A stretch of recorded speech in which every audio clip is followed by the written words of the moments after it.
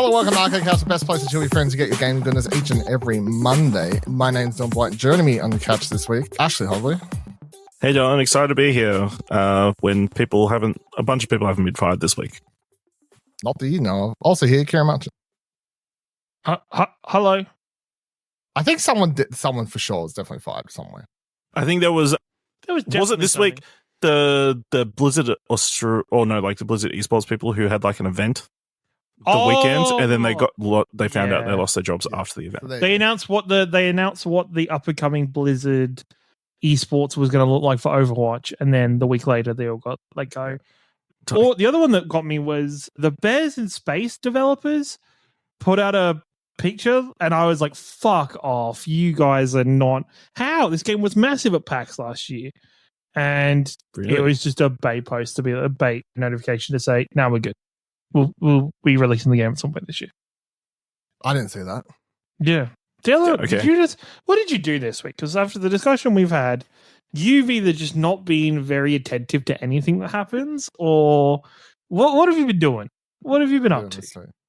What did I do this week? No. Well, I went to work. Of course, yeah. Yeah, so that's 80% of my week. Yeah, I don't know. Hey. No, he's been too busy shit talking everything WWE is doing this week. Which is appropriate. Deservingly. Very deservingly. Yep. I mean, I've been playing a game I can't talk about yet. And so maybe that's keeping me off. I don't know. Maybe it's a good thing I'm a bit more naive to some of the hot internet drama. I gotta say, I'm not jealous. Like if I'm missing out on some of the you're like, daily I can't believe you missed this stuff on Twitter. I'm like, not mad, bro. Gotta be honest, not mad. Not a lot to talk about this week, so tune in for probably a small, quick episode this week, but that's fine. Head on over to Platinum Explosion if you want to hear myself, Ash, and Buddy Watson talk all about the state of play from Thursday last week. Was it Thursday? Yeah. Yep. We dropped that, did that all on Plat. Kieran listened to it, and he hated Ashley's opinions on everything, so that was good. It's just everything. You know what, loyal listeners of Arcade Couch, the Ashley Hovely that you've come to know on this show, his hates and his despicable opinions on Xbox, flippity flops all over that shit when it comes to Sony. My God, flippity flops. He's a Sony pony. What can we say? Can I ask, why isn't Helldivers on the PlayStation Plus Essential shit? Like, why isn't that game? Because it's a game worthy of money. Because people worked on it and they should be paid for their work. I don't know. I feel like it's like what a are your thoughts on perfect that game to. You see, you say that, but there's been multiple developers who have come out and said having the guaranteed bag that comes from Xbox Game Pass is pretty fucking dope for them. Well, the thing is, people should be getting paid as they're making the game and not relying on it. Also, yes, 100%. Just to clarify, let's not like guilt people into like buying games that people don't like get paid for. You have to get paid for what you do. You know? I think PlayStation is of the belief that they'll make more money making people play for the game. And it's already, obviously it's releasing on Steam at the same time. It's already one of the top pre-ordered It's like $40 titles. Steam, right? It's Yeah, $59. it's a cheaper title, yeah. So it's not full price, but yeah. well, I think it's also Sony's first major like PC and PlayStation published, at least that I can think of. Like it's a game that's releasing same time on both platforms, and they're hoping to do very well on both platforms. I don't think they're hoping so because their entire business model for the next 3 years is potentially reliant on that being successful.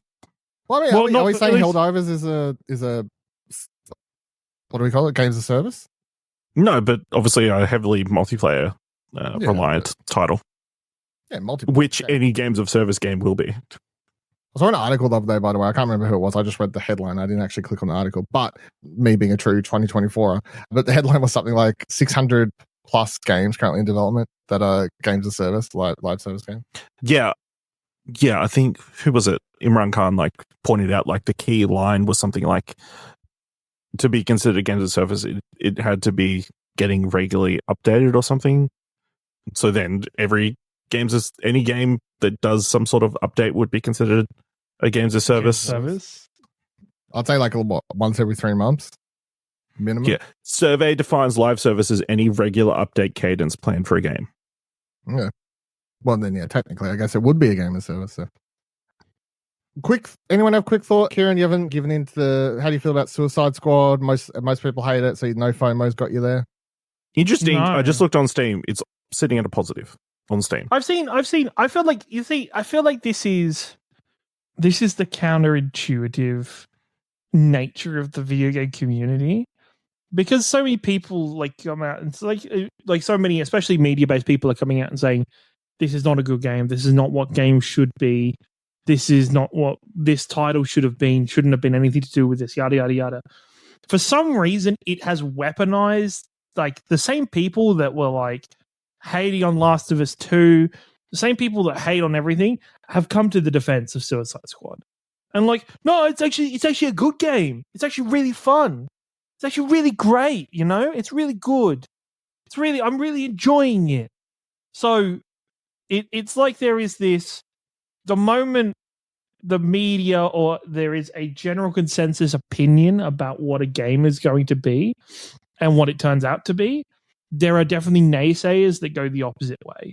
And the naysayers that go the opposite way are far better at weaponizing their support than people who are just like, nah, this is not good. This is bad. This is not good for the, it's not good for us. It's not good for Rocksteady as a whole, really. It shouldn't be doing this. Yeah, I just think it's disappointing because all of it is like, okay, the stuff that Rocksteady does really well, like the story, the cinematics, the detail of the actual, the game itself is great, is amazing. It's just the moment-to-moment gameplay is horrible. The part where Greg Miller wasn't a fan, I'm like, okay, big DC super fan. If it ain't working for him, you know what? I'm not even that big of a DC fan, but one of my favorite, I guess, one of the things that got me into comic books and superheroes was Green Lantern. I really love Green Lantern. So to see them make a choice that really fucks with the lore of Green Lantern as a whole and like just disregards source material, it sounds like a real kind of, normally actually kind of statement, but it is disappointing to see that get through and to see that be an element in the game itself that is used for humor, even though it's like, well, why? Why are you doing this? What are any of these decisions? A lot of the decisions don't seem to be coming from somebody who gives a fuck about the source material or gives too much of a care about what they're working with, which is completely different to what we saw throughout the Arkham series.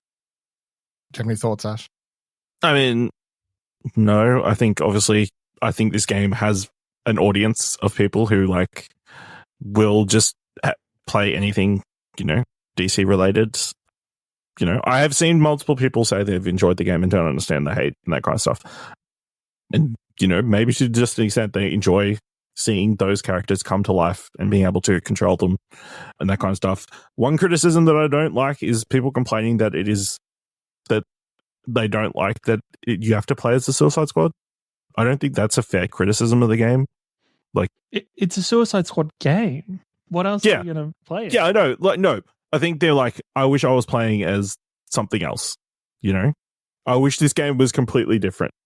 I don't think that's a fair criticism, like, or constructive in any way. You don't play Luigi's Mansion and go, fuck, I wish I was playing as Mario instead. It's like, I will say, I guess, with any other side of be to play devil's advocate, I have seen a lot of.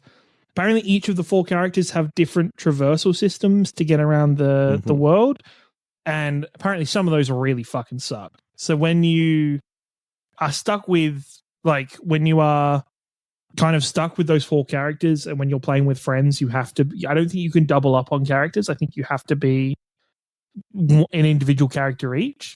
So I guess if there is one character that has good traversal and the other 3 don't, I guess that could be very frustrating for players. I mean, yeah, I would agree that criticism that you play as Suicide Squad and have to kill the Justice League when it's literally in the name is dumb.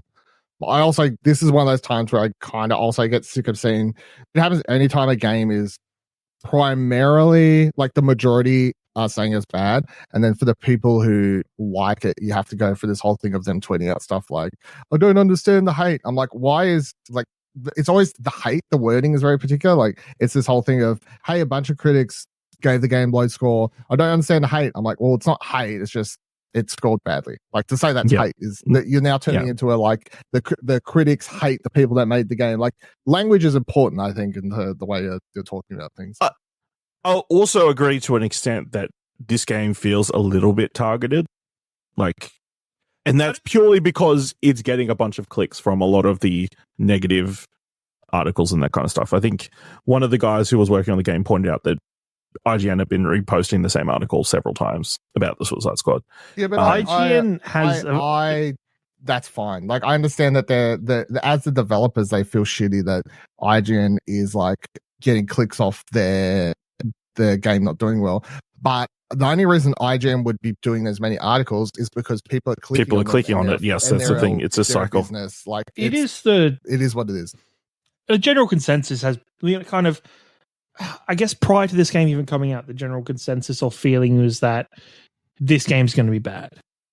And I think everybody who's at least across it, is aware of that. And I think there is both something very, I don't want to say addictive, but very good about, it's a very nice feeling to be proven right. To be like, yeah, my feeling was right. And that feeling to, I'm going to look up everything that proves that I was right in my opinion, even though you have nothing to base your opinion off realistically.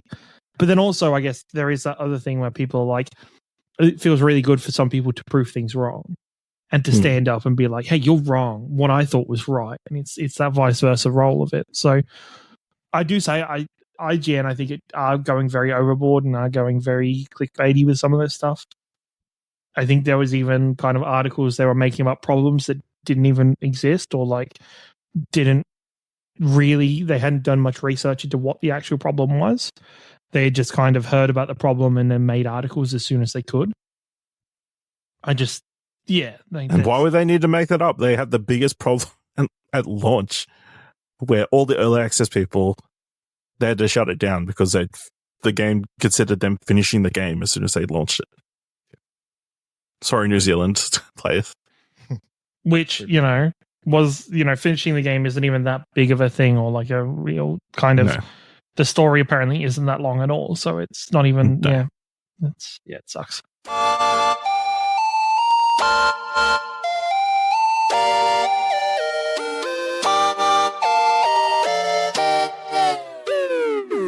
right, Ash. Let's talk some more Yakuza. Infinite Wealth sold over 1 million. It's Like a Dragon, Infinite Wealth.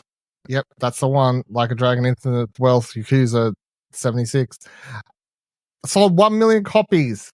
Shipped globally, internationally. That's a huge, huge number for I mean, we've known this series is getting bigger, I guess, outside of Japan.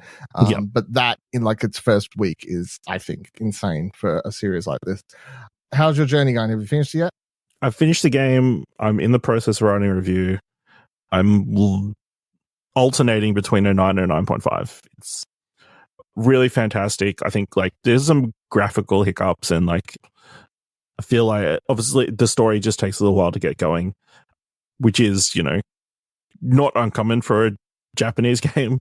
Like the story can sometimes take a while to ramp up, especially in a turn-based role-playing game. But the story is really fantastic. The two leads, Kasuga and Kiryu, are really worth sticking around for. I feel like that's why I went and like did like pretty much every single side mission or sub story, and like I wanted to hear more of their story and more of their, develop more of the character and kind of stuff, even if it's the most bizarre, randomest side story of like, I don't want to spoil anything. I don't. Helping a little yabby crab fall in love with a hermit crab. Why not? Well, they had a side quest like that in the last one, in the first one as well. You rescue that crab. Yeah. That crab returns. Oh my god, it returns! That's pretty cool. Okay. Yeah. So, and you take it with you to Hawaii. That's pretty funny. Actually, I assume they give you a choice as to whether to bring it. So I assume maybe he just smuggles himself in as a choice. So yeah. Graphically, there's some odd stuff in there, with some of the character models that are not like the key players and that kind of stuff. But yeah, I think it's a fantastic story. I think there is a lot of like looking back at the past of the original 6-7 games with Kiryu, with Kazuma, like into his lineage, because obviously going to the game, if you've watched any of the trailers, you know he's got cancer, so might not make it to the end. So it definitely is a lot of looking back at his story. But as someone who's never played for them, it doesn't feel like a pure nostalgia grab. It just you can still play the game, and if anything, it made me want to go back and play those games more than I already had. Which given the way this year's game schedule is going to be, unlikely. But yeah, it does really good justice to character. I think Ichiban Kasuga is like a really interesting character. He's very unlike a lot of characters you have as a lead in a game. Like he's super positive and forgiving, and he is that like element of dumb, like a Goku kind of character. Maybe a bit too trusting and that kind of stuff. But you're always rooting for him, and you're always like he's someone to kind of aspire to, which I feel like is a nice change for these games. It's also I think this one, even more than the last one, kind of solidifies the name change as well. The Like a Dragon, more to the Like a Dragon with the Yakuza. Like thematically, the game is about moving past, or at least moving past the Yakuza, and like obviously, like in the first game, the Like a Dragon, like the main Yakuza that we've known, the Tojo clan or whatever, like disillusioned, like they shut down. And that's kind of like a running theme of at least this run of games of like, kind of leaving the Yakuza in the past. And that's why I feel like it's important to keep calling it Like a Dragon. But yeah, really enjoyed it. Really, I think it is a little bit surprising, the numbers, but it doesn't have much competition at the moment. So, but yeah, it's fantastic. Play it. You heard the man. Simple as that. Yes, sir.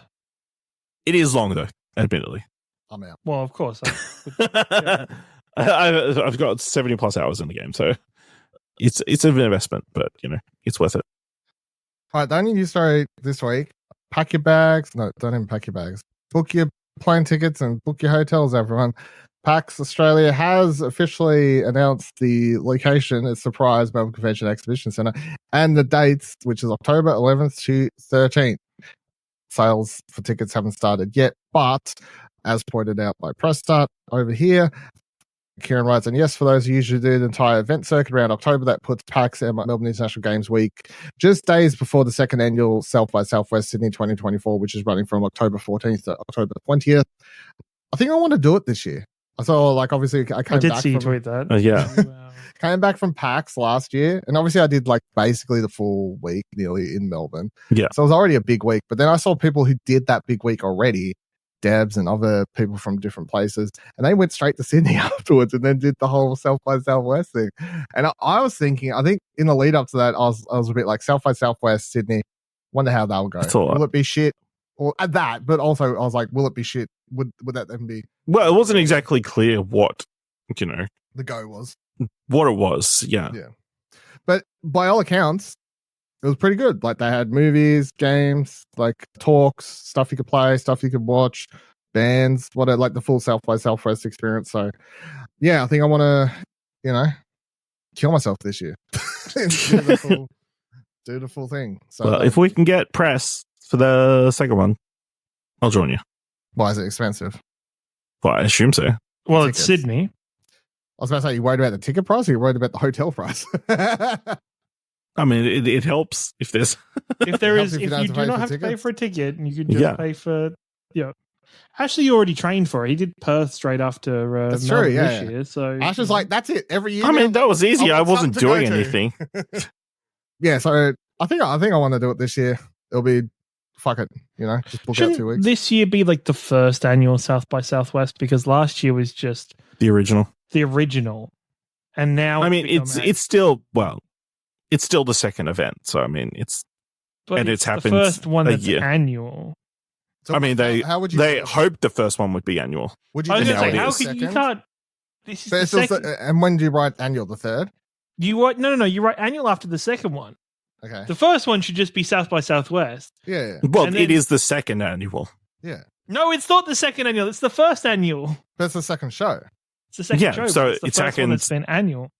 It's the first Yeah, one but that's it's been the second time. The first time it had happened, and But now it it's wasn't annually annual the happening. first time. The first time was just the fact that it. The first one was. This is more infuriating than the best adapted screenplay discussions. Can't be annual if it's the first time, you know? Jeez. It's like if you call this event, this is the annual South by Southwest, you're like, oh, cool. I didn't know it happened last year. Oh, it didn't. I'm pretty sure it was the first annual Australian Game Awards, and we all went along with that.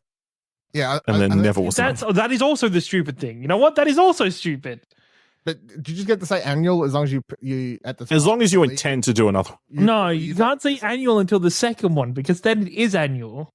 But then if you say, but then you retroactively make the first one annual. You don't retroactively make the first one. The first one wasn't annual. You're doing like the 75th show. It's actually the 74th show because you're not allowed to claim the first one. It is the 74th annual one. It's the 75th show. This is insane. This is actually insane. It's like the 75th Academy Awards. They're like, nah, it's actually the 76th. It's like the first one doesn't count. Doesn't count. The first one was a test. We only count the ones where we claim they were annual. Fucking hell. Anyway, yeah, because what showed it? Do you remember what film showed at South by Southwest last year? Ash, I remember like something there. I was like, damn, wish I could be watching it. I can't remember what it was anyway. I can't remember. Anyway, so yeah. Chance the Rapper was there though. Yeah, that's right. Chance the Rapper was there. Shout outs. Was he wearing his hat with a 6 on it? I don't know. All I know is he's the only person from Chicago we're allowed to like anymore. So here we go. Saltburn, Stop Making Sense. There you go. The Wonderful movie. I think it was probably Saltburn at the time, I guess. But yeah. All right. Only other thing I want to run through today, as I said, it'll probably be a short episode. Started some of the Steam Next Fest demos. Steam Next Fest doesn't officially start until Monday. Today. Yeah, today the episode's drop. However, a bunch of places already put out demos early because I don't know, it's just the way the world works now. People announce dates for things, they drop stuff. So I'm going to run through what I've played, and I can tell you if I like it so far, and you can add it to your list of stuff to play. Next Fest runs from the 5th to Monday until I don't know the 14th, the end of the week. It runs all week anyway. Whatever. What have I got here? 1, 2, 3, 4. I played 6 things. Right. So first thing, Out of Action. So this is a first-person multiplayer shooter. You can only play against bots in the demo, which is, I guess, the downside. A lot of cool potential here. I can see they're obviously basing it and trying to go for a competitive edge and team-based shooter to it. Lots of like your character just moves at a fast pace as is. You don't have to hold shift to run or anything like that. Pressing shift makes your character like dive forward, left, right, whatever direction you want to do. So there's lots of cool things you can do, like diving. If you know someone's about to walk through a door, you can like dive sideways and like shoot at them like out of a John Woo movie and shit like that. Also got lots of Rainbow Six inspired, like peeking around corners and stuff like that. Heavy amount of gadgets and loadout stuff you can change, from the amount of guns that are available to the scopes and stuff you can pick, and then the weapons and stuff. Gadgets you can bring in, like invisibility cloaks, and they like it'll tell you straight up if there's a trade-off. Like the positive, maybe it does this, but then you're easily this spot. You can have like this jammer thing, but it can do this. Like I can see potential here. The shooting, like all of it feels really good, but obviously you're just playing against bots in the demo, so it's really hard to tell how well it would be, how much fun it would be in a real world like multiplayer aspect. So I'll try it out again if they do a online demo for that one. Really cool art style as well, very lacking in color, I guess. I don't know, it's like very distinct, like sort of red grayish color style for that one. So then I did a game that's called #Drive Rally. I love this one. I played this one this is one of the longest demos I played today. It's a 90s inspired rally driver. I think it's got 2 tracks in it that I played. For some reason, they've got someone doing a very spot on Arnold Schwarzenegger impersonation as like your navigator, and in the description for the game, they point out there's like 3 other navigators that you'll be able to pick in the full game, but they've all got personality. So it's like you crash. It'll be like, left 3, right 4, like all this sort of stuff. And then you crash into a wall and you'll be like, oh, hell no. Like all this, like talks to you and tells you when you're doing a good job, and like they're a lot more lively than navigators and like the Colin McRae games and stuff like that. But I really like this one. I did the track several times over until I could get the top local score. I think when I got off, I was like 30th in the world. So go me. That was really fun. And the art style is very comic booky, I guess, which is really cool. It's not going for super serious or anything, but the game feels really good, even though the art style doesn't have like that realistic look. I played Foot Gun Underground, which is one I shouted out to Ash yesterday when I saw it pop up, and I said this probably seems like a game he would like. It's literally a soccer/football, wherever you're from, game, but it's a roguelike at the same time, which is a very weird combination of things. So here's how the game works. You jump on a train, and then the train drops you off in like a one room level, and then some enemies will start spawning. You can hold down the right trigger to like build up power in your foot, and then you can kick the football into the enemies and it does damage. You can hold the left trigger to like hold and dribble the ball. You can aim it like forward or backwards, but if you want to kick it up, this is where it took me a while to get a hang of the game. You've got to sort of kick the ball while it's bouncing already, or like you can't just hold a button and aim straight up at an enemy. Like there's flying enemies and stuff like that. You got to get your timing done and stuff like that. When you kill some enemies, they'll drop coins, they'll drop some power-ups and stuff. You then get back into the train, and then you can pick, there's like a map, and you can pick which direction you want to go. It's like this sort of, you can see right at the end where like the boss icon is, but you can pick a route to go to get more enemies, or like a shop icon or a mystery icon and stuff like that. There's like a bonus level you can get where there's a pinata at the top of the room, and then you go try and hit the kick that with the ball as many times to get coins to drop out of it and stuff like that. Yeah. You can unlock 2 soccer balls at a time. There'll be different soccer balls, like ones that are harder or lighter and stuff like that.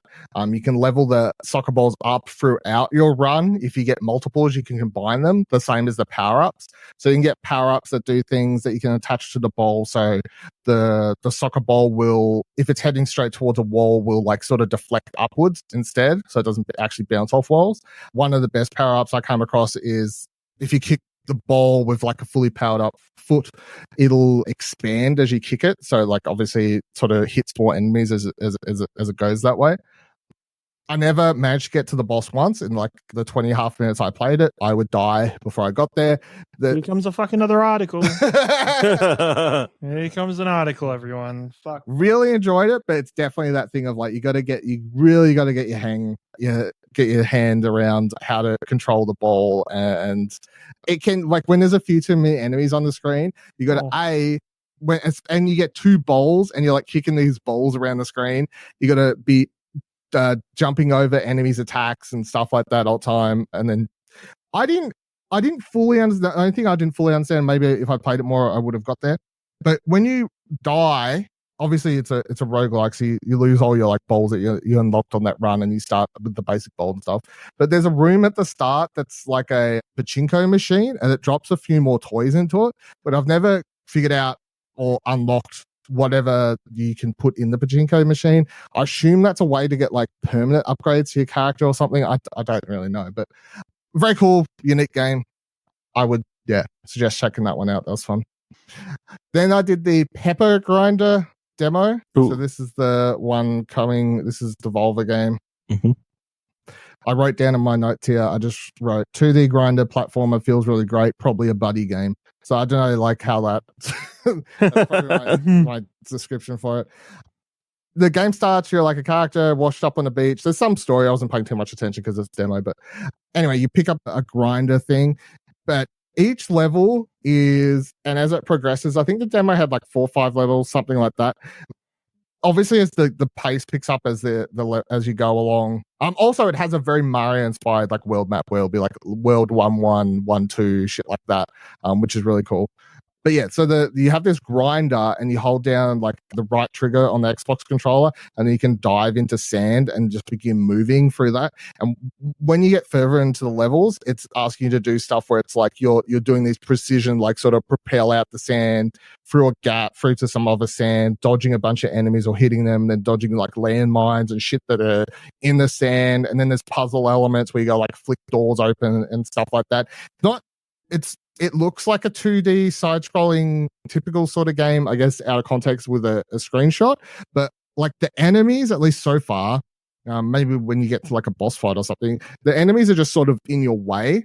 Some of them, most of the time, it's like as long as you're got your drill activated, you'll kill them, or at least you got to come up from underneath below them to kill them. The enemies aren't so much the big aspect of the game. It's definitely around the platforming and like going for and doing your precision jumping between the sand dunes and stuff. I think from the second or third level, they introduced like you could go underwater. Apparently the character doesn't have lungs. They don't die underwater, but you can use the drill to go through water to the same degree as this. Well, not quite the same degree as the sand. Like you don't move as fast, but you can like sort of propel yourself through it with the drill and stuff like that.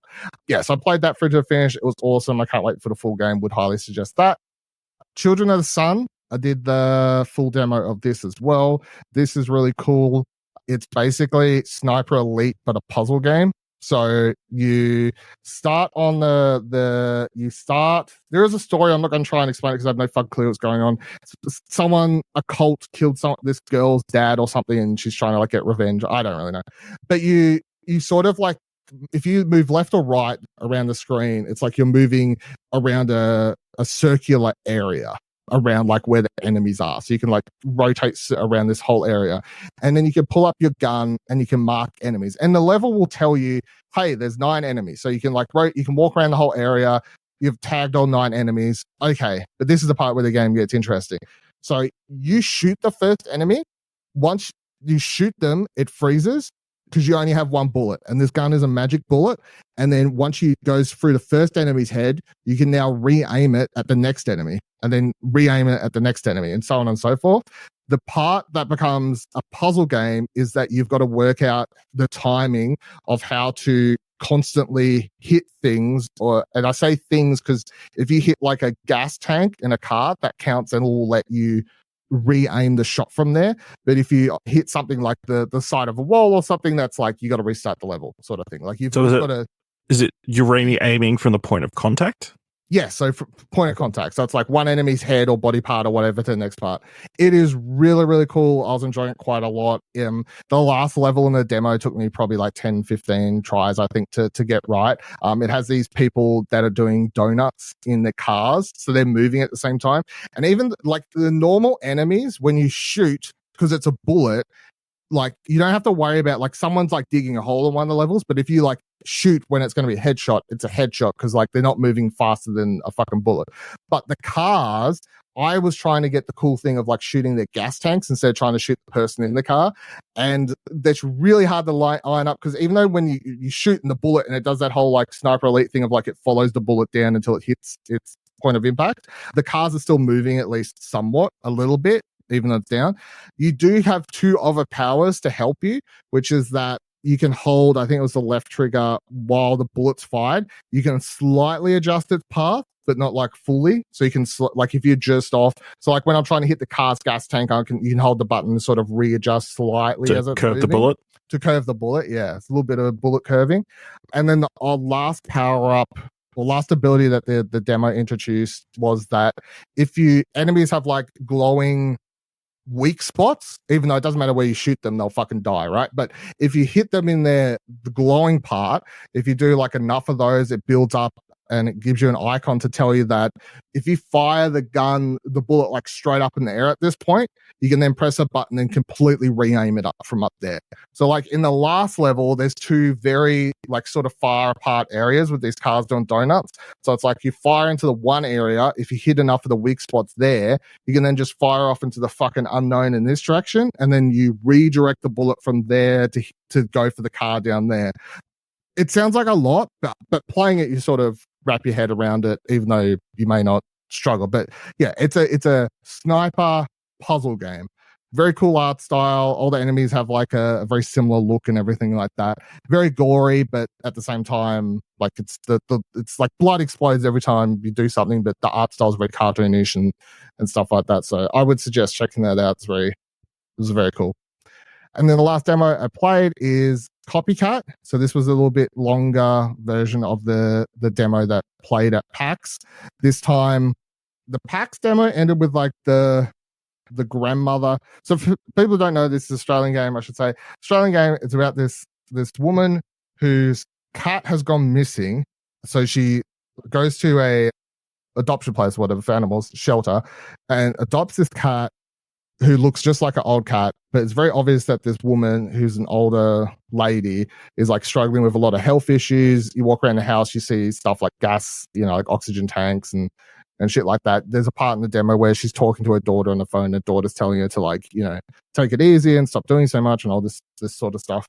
The cat is obsessed with escaping. It watches all these, the grandmother lady, she's like watching lots of Nat Geo stuff. And then the cat is like, I don't know, getting indoctrinated by it and thinks it's like a wildcat or some shit. This part doesn't end at the same point. Instead, it lets you go and you do a part where you're like outside and she lets you go play in the backyard. So there's a few little mini things you can do out there and whatever else before you choose to come back inside the house. I mean, the cat gives you, like, as you're walking along, word bubbles sort of pop up on fences and stuff and inside the house on doors and walls and stuff that tell you what the cat's thinking. So when you're outside, eventually the cat makes a choice. It's like, I'll hang around for a bit longer and then I'll make my escape. Like, because it's like, maybe she's not that bad because she did give me food and stuff like that. It's a very, like, thought path of this cat who's thinks, you can tell that the cat has been treated bad by its past owners, so it wants to escape all humans and thinks that all humans are terrible people. But this older lady's obviously just trying to look after the poor cat. So very cool. Very much looking forward to playing the full Copycat demo. So that's everything I played from Steam Next Fest. There will be a bunch more demos. Probably talk about it again next week. There's others I've downloaded and bought that I know are coming out that I'm looking forward to checking out. It's always like a great time. Steam Next Fest, start of the year, usually a very, very good time to check out demos for a lot of cool upcoming games. And I mean, I saw just then, as I was talking about Children and Sun, I'm pretty sure I saw Ash's face go, all right, I will check out that one. So yeah, it's a good time to discover interesting new games.